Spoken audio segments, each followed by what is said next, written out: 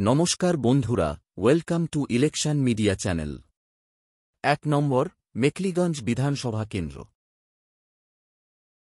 ২০১৪ সালের লোকসভা নির্বাচনে এই কেন্দ্র থেকে টিএমসির প্রাপ্ত ভোট ৩৭.৫৮%, বিজেপির প্রাপ্ত ভোট ১০.৩৫%, বামফ্রন্টের প্রাপ্ত ভোট ৩৮.৮৫% ও কংগ্রেসের প্রাপ্ত ভোট ৭.৮৩%। এই কেন্দ্র থেকে বামফ্রন্টের বিজয়চন্দ্র বর্মন তৃণমূলের মহেন্দ্র কুমার রায়ের থেকে ২০৫৫ ভোটে এগিয়েছিলেন।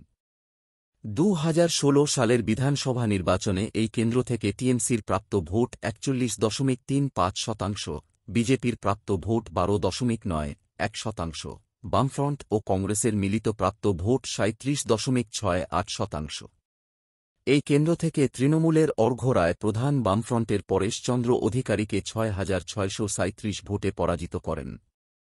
২০১৯ সালের লোকসভা নির্বাচনে এই কেন্দ্র থেকে টিএমসির প্রাপ্ত ভোট ৩৭.৯২%, বিজেপির প্রাপ্ত ভোট ৪৯.৭৮%, বামফ্রন্টের প্রাপ্ত ভোট ৪.৫৪% ও কংগ্রেসের প্রাপ্ত ভোট ২.২৪%। এই কেন্দ্র থেকে বিজেপির জয়ন্ত কুমার রায় তৃণমূলের বিজয়চন্দ্র বর্মনের থেকে ২৪,০৫৯ ভোটে এগিয়েছিলেন।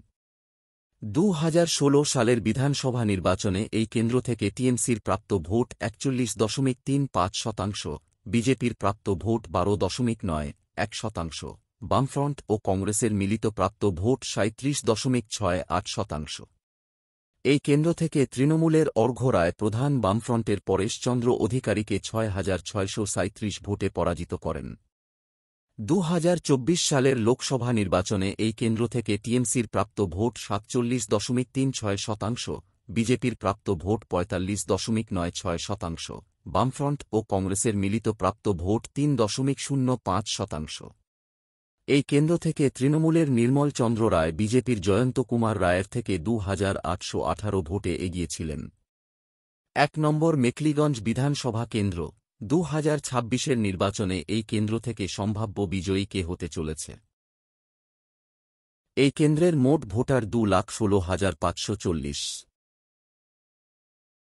টিএমসির সম্ভাব্য প্রাপ্ত ভোট ১,০৭,৮৮০। বিজেপির সম্ভাব্য প্রাপ্ত ভোট ৯৬,৯৫৮। ১ নম্বর, মেখলিগঞ্জ বিধানসভা কেন্দ্রে ২০২৬ সালের নির্বাচনে সম্ভাব্য বিজয়ী তৃণমূল।